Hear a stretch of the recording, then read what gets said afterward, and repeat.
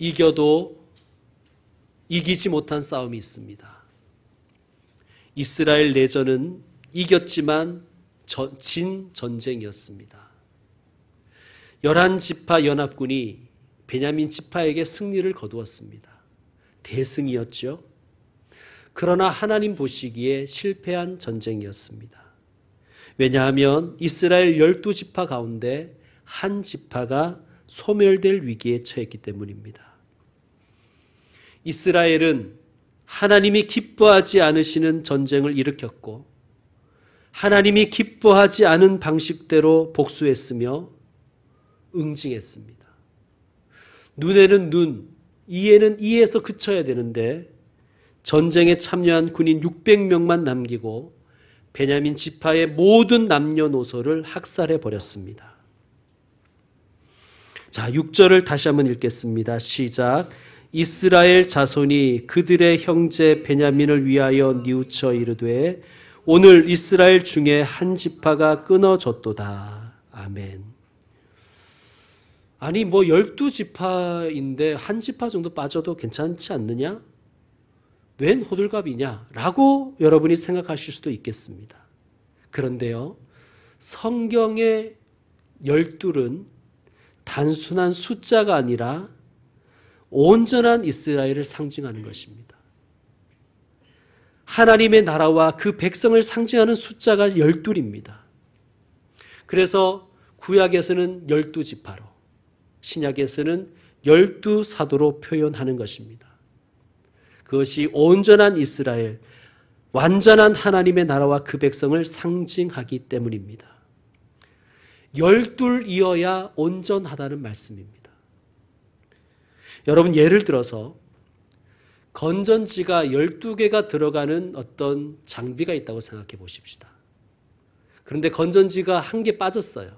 11개만 넣으면 성능이 그냥 12분의 1 정도만 줄어듭니까? 아니면 아예 작동하지 않습니까? 작동하지가 않죠. 그것과 같은 것입니다. 베냐민 지파가 사멸되는 것은 그냥 12 중에 -1, 그래서 11개 된다. 이런 의미가 아니라 온전한 이스라엘이 될 수 없다는 뜻입니다.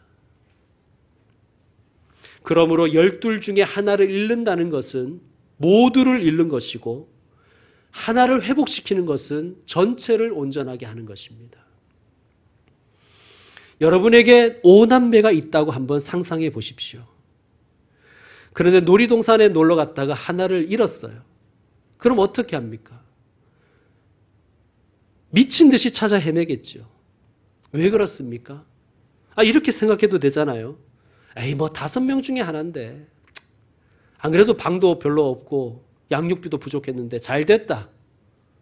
그냥 없는 셈 치자. 이럴 수 있습니까? 그럴 수 없지요. 그 하나는 단지 5명 중에 하나가 아니라 5분의 1이 아니라 그 하나가 없으면 5남매가 될 수 없습니다. 온전해질 수가 없다는 말씀입니다. 화룡점정이라는 고사성어가 있지요. 중국 남북조 시대 때 장승료라는 화가가 있었습니다. 그는 사물을 실물과 똑같이 그리기로 유명했는데 어느 날 한 사찰의 벽에다가 용 2마리를 그렸습니다. 그런데 그 용은 마치 살아있는 것 같아서 사람들을 찬탄을 하게 하였습니다. 그런데 한 가지 이상한 점은 그 용의 눈에는 눈동자가 없었습니다. 사람들이 그 이유를 묻자 장승료는 이렇게 대답합니다. 눈동자를 그려 넣으면 용은 당장 벽을 박차고 하늘로 날아오를 것이요. 그러나 사람들은 그의 말을 믿으려 하지 않았고 그에게 어서 눈을 좀 그리라고 독촉했습니다. 그가 붓을 들어 용의 눈에 점을 찍었습니다. 그러자 번개가 번쩍이고 천둥 소리가 요란하게 울리더니 벽 속에서 한 마리의 용이 튀어나와 하늘로 올라가 버렸습니다. 눈동자를 그려넣지 않은 용은 그 벽에 그대로 남아 있었고요. 여러분 무엇을 말씀합니까? 이 한 점은 이 눈동자는 큰 용이라는 짐승의 신체 기관의 하나가 아니라 그 용을 완성시키고 그 용을 살아 움직이게 하는 점인 것입니다. 그 하나가 채워짐으로써 전체의 가치가 상승하는 것입니다. 12는 그런 것입니다. 여러분 만약에 십장생을 그린 10폭짜리 병풍이 있다고 한번 상상해 보십시다. 여러분 그런데 그 중에 한 폭이 빠져버렸어요. 그래서 9장생이 된 거예요. 그리고 그러면 우리가 그것을 보고 아니 뭐 9폭 병풍도 괜찮아 라고 생각할까요? 아니면 그 가치가 엄청나게 폭락할까요? 10폭 병풍이 한 폭 빠지면 9폭 병풍짜리가 되는 게 아니라 가치가 엄청나게 하락하는 것입니다. 여러분 베냐민 지파는 12지파 중에서 참 작은 지파였습니다. 가장 작은 지파라고 할 수 있습니다. 베냐민이 없어진다고 해서 사실 이스라엘 전체의 인구에 있어서나 국력에 있어서 큰 변화는 없을 것입니다. 그러나 베냐민이 사멸되면 온전한 이스라엘이 될 수가 없는 거예요. 여러분 이 점을 여러분 우리 마음에 새기셨으면 좋겠습니다. 여러분은요 단지 여러 교인 중에 하나가 아니에요. 우리나라 기독교 인구가 약 1000만 명이라고 하는데 여러분은 그 중에 n분의 1이 아니에요. 여러분 하나는 하나 이상입니다. 여러분이 있음으로 여러분의 가족이 완성되고 여러분이 있음으로 교회가 완성되는 거예요. 그러므로 여러분 자신은 대체할 수 없는 소중한 존재임을 늘 기억하시길 바랍니다.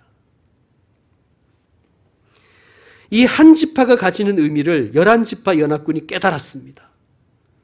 정신없이 전쟁하며 베냐민을 사륙할 때는 몰랐는데 어느덧 정신을 차리고 보니까 한 지파가 사라지게 생긴 거예요.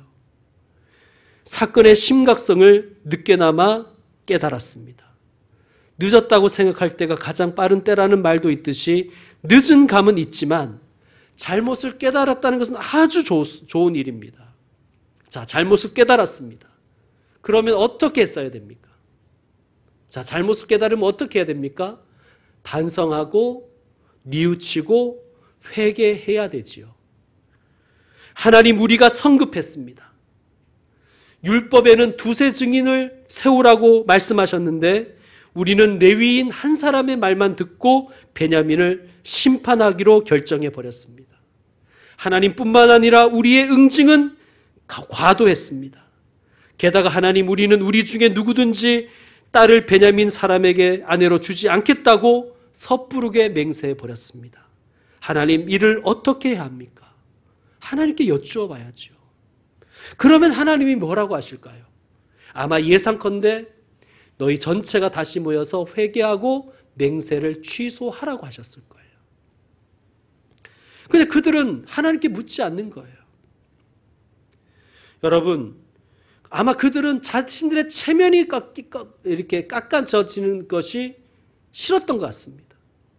여러분, 자신들의 체면이 중요합니까? 하나님 나라 백성 공동체를 온전하게 지키는 것이 중요합니까?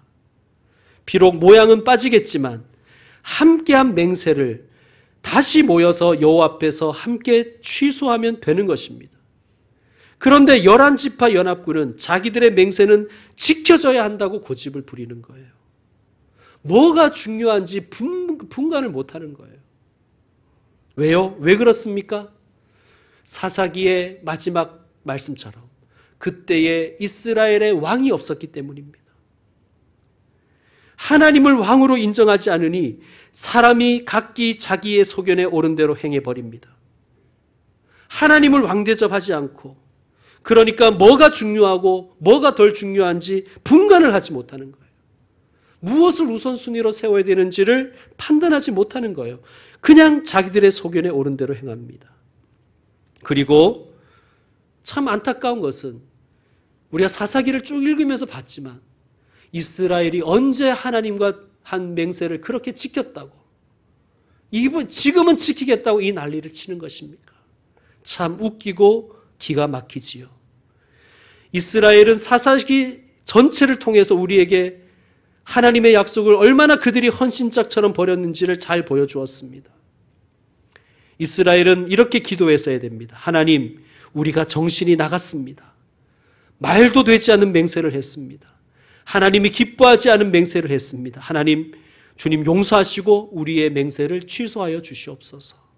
이렇게 하지 않고 그들은 오히려 3절처럼 하나님을 오히려 탓해버립니다. 우리 3절 한번 읽어볼까요? 3절 시작. 이스라엘의 하나님 여호와여, 어찌하여 이스라엘에 이런 일이 생겨서 오늘 이스라엘 지파 중에 한 지파가 없어지게 하시나이까 하더니, 어이가 없지요. 자기들 마음대로 해놓고 성급하게 결정하고 섣부르게 맹세하고 율법의 정신도 무시해버리고 자기들 멋대로 해놓고 자기의 소견에 옳은 대로 해놓고 일이 잘못되니까 하나님 원망합니다. 하나님 탓을 합니다. 하나님 왜 이러셨어요? 성도 여러분, 이게 혹시 우리의 모습 아닐까요? 내가 하고 싶은 대로 해놓고서 다른 사람 원망합니다. 나 하고 싶은 대로 해놓고 하나님께 불평합니다. 하나님 왜 이렇게 하셨냐고 하나님을 탓합니다. 여러분, 이것이 죄인된 우리의 모습 아니겠습니까? 이스라엘은 자신들이 잘못된 결정을 했고 성급한 맹세를 하였으며 옳지 않은 행동을 했음을 인정하고 반성하고 회개했어야 합니다. 그리고는 11지파가 함께 책임을 분담하는 방향으로 가야 했습니다. 지파당 한 60명 정도씩만 책임을 지면 베냐민을 소멸시키지 않을 수 있잖아요. 11지파가 60명 정도씩만 책임지면. 그런데 자기 성찰이 없으니 뭐가 문제인지 어떻게 해결해 나가야 될지를 모르는 거예요. 성도 여러분, 성찰하십시오. 자기를 성찰하십시오. 반성과 회개가 없으면 아무것도 배울 수가 없습니다. 반성과 회개가 없으면 예배도 그저 형식적인 종교 행위에 지나지 않습니다.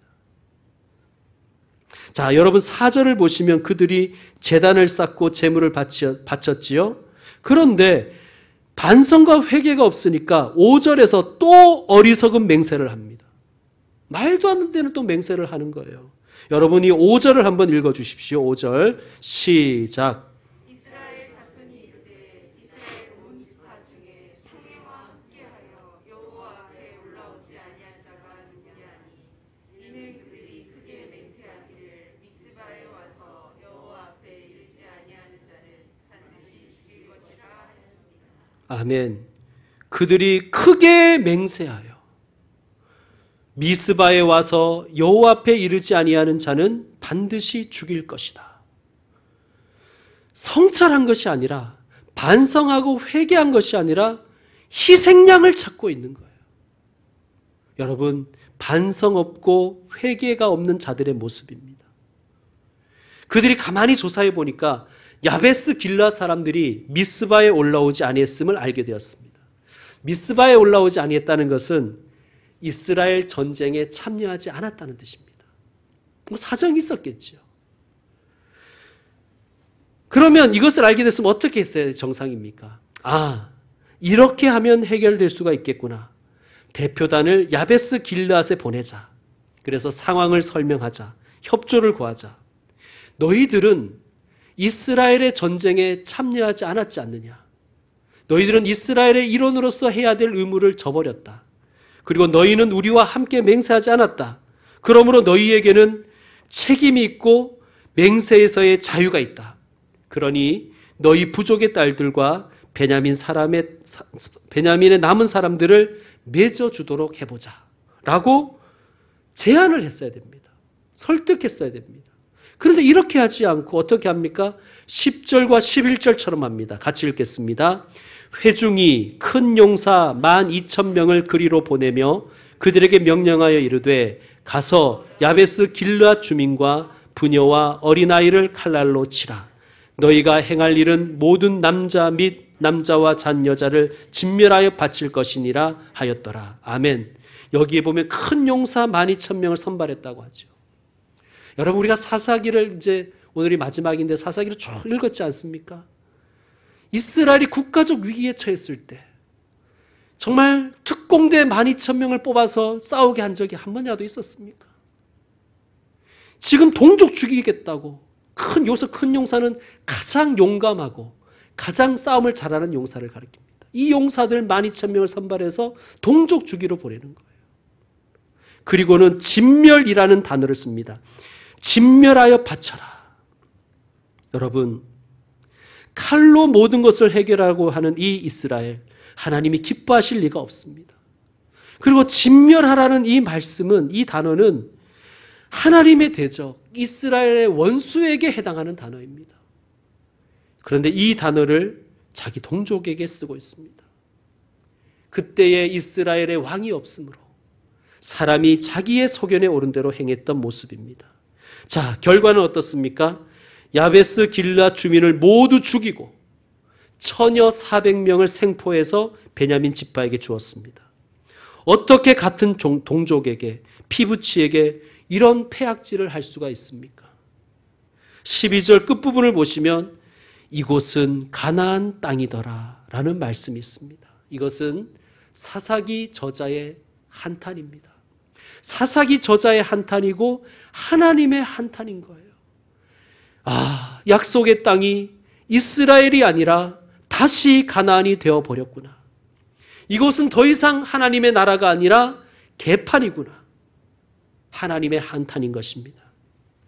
여러분 보십시오. 지금 이스라엘이 하는 짓 족족 하나님을 화나게 하고 있습니다. 이렇게 무도한 짓을 했는데도 아직도 200명이 부족하지요. 자, 그런데 백성들이 슬퍼합니다. 이상합니다. 200명이면 11지파가 약 20명씩 책임지면 되는 거잖아요. 그런데 또 희생양을 찾습니다. 하나님이 원하시지 않는 방법으로 해결을 하려고 합니다.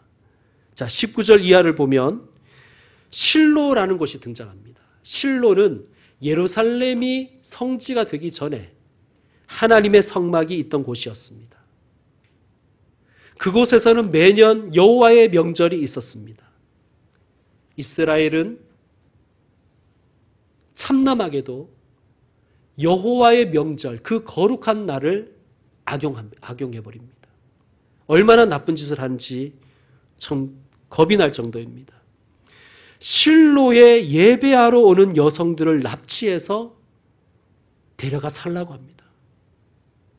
하나님의 이름을 악용하고 하나님의 명절을 이용해서 끔찍한 만행을 저지르도록 도모합니다. 20절과 21절 같이 한번 읽읍시다. 시작. 베냐민 자손에게 명령하여 이르되 가서 포도원에 숨어 보다가 실로의 여자들이 춤을 추러 나오거든 너희는 포도원에서 나와서 실로의 딸 중에서 각각 하나를 붙들어 가지고 자기의 아내로 삼아 베냐민 땅으로 돌아가라. 아멘. 자기들의 그 맹세 지키겠다고 하나님의 이름을 더럽히고 여호와께 예배드리러 나오는 사람들을 납치하여 인신매매처럼 끌고 가라는 거예요. 여러분, 그들의 안중에는 하나님이고 뭐고 없습니다. 22절 보시면 만일 그의 아버지나 형제가 와서 우리에게 시비하면, 당연히 그렇게 하겠죠. 아버지나 형제들이 가만히 있겠습니까? 그렇게 하면 우리가 그에게 말하기를 청하건대 너희는 우리에게 은혜를 베풀어 그들을 우리에게 줄지니라. 이는 우리가 전쟁할 때에 각 사람을 위하여 그의 아내를 얻어주지 못하였고 너희가 자의로 그들에게 준 것이 아니니 너희에게 죄가 없을 것임이니라 하겠노라 하매. 여러분, 한번 보십시오. 뭐라 그럽니까? 너희에게 죄가 없을 것이다. 죄가 없다고 그냥 자기들이 판단해 버리는 거예요. 그 끔찍한 죄들을 저질러 놓고 이게 죄인지 아닌지도 모르면서 우리 말대로 하면 너희한테는 죄가 없어. 멋대로 결정해 버리는 거예요. 여러분, 죄가 있고 없고 누가 판단하십니까? 하나님이 판단하시는 거죠. 그런데 이스라엘은 자기들이 유죄냐 무죄냐를 결정해 버립니다. 선악과를 따먹은 인간의 모습입니다. 선악을 알게 하는 나무의 열매를 먹은 인간은 자기가 심판주가 되어버립니다. 하나님 자리에 앉아서 자기가 선악을 심판해 버립니다. 그게 선악과를 따먹은 인간의 모습이죠.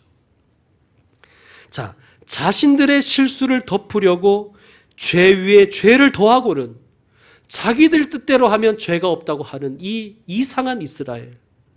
참 슬프지요. 자, 우리가 19장에서 21장까지 이어진 이 긴 이야기는 그때의 이스라엘의 왕이 없으므로 사람이 각기 자기의 소견에 옳은 대로 행하였던 사사시대의 모습을 우리에게 잘 보여줍니다. 집단 성폭행을 당하고 불쌍하게 죽은 한 레위인의 첩을 위해서 정의를 실현하겠다고 모인 이스라엘 연합군은 성급했고 섣불렀고 과도했습니다. 그래서 한 지파가 멸절될 위기에 처했습니다. 그런데 이 문제를 해결한답시고 계속 악한 짓을, 계속 말도 안 되는 이상한 짓을 해댑니다. 한 마을을 다 사륙해버리고 처녀들의 부모를 다 죽인 후에 베냐민에게 줍니다. 또한 여호와께 예배드리기 위해서 나오는 여성들을 납치하여서 베냐민에게 납치하라고 베냐민을 독려합니다. 그러고는 자기들 말대로 하면 죄가 없다고 주장해버립니다. 23절과 24절을 보면 베냐민은 자기 기업에 돌아갔고 이스라엘 연합군도 각기 자기의 지파, 자기의 가족에게로 돌아갔지만 자기의 고향으로, 자기의 집으로, 자기 가정으로 돌아가지 못한 수많은 여성들이 있습니다. 그들의 눈물을 하나님은 보고 계시는 거예요. 그때의 이스라엘의 왕이 없었으므로 사람들이, 정확하게 번역하면 남자들입니다. 남자들이 자기 소견에 옳은 대로 행하더라. 이것이 사사기의 결론입니다. 이스라엘의 남자들은 왕이신 하나님을 무시하고 말도 안 되는 짓을 저질렀습니다. 옳지 못한 결정을 하였고 자신들의 책임을 무마하기 위해서 수많은 약한 여성들을 희생시켰습니다. 하나님을 업신여기고 자기 맘대로 살아가던 시대가 바로 사사시대였다는 말씀입니다. 여러분, 사사기는 긴 결론을 가지고 있어요. 17장에서부터 21장이 전체가 사사기의 결론이라고 말씀드렸지요. 우리가 읽었는데 어떻습니까? 너무 이상하지요. 굉장히 혼란스럽습니다. 여러분, 우리는 성경을 읽을 때 뭔가 해피엔딩을 찾는 경향이 있어요. 뭔가 감동거리를 찾고 거기에 빨간 줄을 긋고 싶어요. 그런데 이 사사기의 결론 부분에는 도무지 그럴 곳이 하나도 없어요. 너무 혼란스럽죠. 여러분, 어떻게 하라는 것입니까? 하나님의 표정을 읽으라는 거예요. 여러분, 우리가 사사기를 다 읽었는데요. 하나님이 지금 어떤 표정을 짓고 계신가요? 자기중심주의, 이기주의 신앙, 편리주의 신앙, 하나님을 우상 취급하고 야국강식으로 살고 집단 성폭행과 살인을 일삼고 그리고 대학살을 저지르고 섣부른 맹세와 인신매매 등으로 점철된 이스라엘, 이 모든 죄를 이방인들이 저지른 것이 아니라 이스라엘이 저지른 거예요. 이것을 보는 하나님의 표정이 여러분 상상이 되십니까? 이스라엘은 자기들의 죄를 해결할 능력이 없습니다. 그래서 사사기의 저자는 왕을 기대하고 있는 것입니다. 이스라엘의 왕이 없었기 때문이다. 그러므로 사사기는 우리에게 말씀합니다. 너희에게는 왕이 필요하다. 사사기는 우리를 다스릴 왕이 필요함을, 우리를 이 참혹한 죄와 죽음에서 건져줄 구세주가 필요함을 우리에게 확신시킵니다. 그 왕, 그분은 바로 우리의 구세주 예수 그리스도이십니다. 예수님은 우리의 왕이십니다. 우리는 우리가 죄인인지도 모르고 나에게 구원이 필요한지도 모르고 그냥 죄를 먹고 마시며 살고 있어요. 하나님과 원수가 되어서 결코 하나님을 찾지도 않고 우리는 그렇게 절망을 향하여 살아가고 있습니다. 죽음을 향하여 살아가고 있습니다. 그런데 그런 우리를 구원하시기 위해서 예수님이 직접 우리를 찾아오신 거예요. 우리가 하나님을 찾을 마음이 없으니 예수님이 우리를 찾아오신 거예요. 우리는 구원자를 선택할 능력도 없으니까 예수님은 우리를 구원해 주시기 위해서 우리를 선택해 주신 것입니다.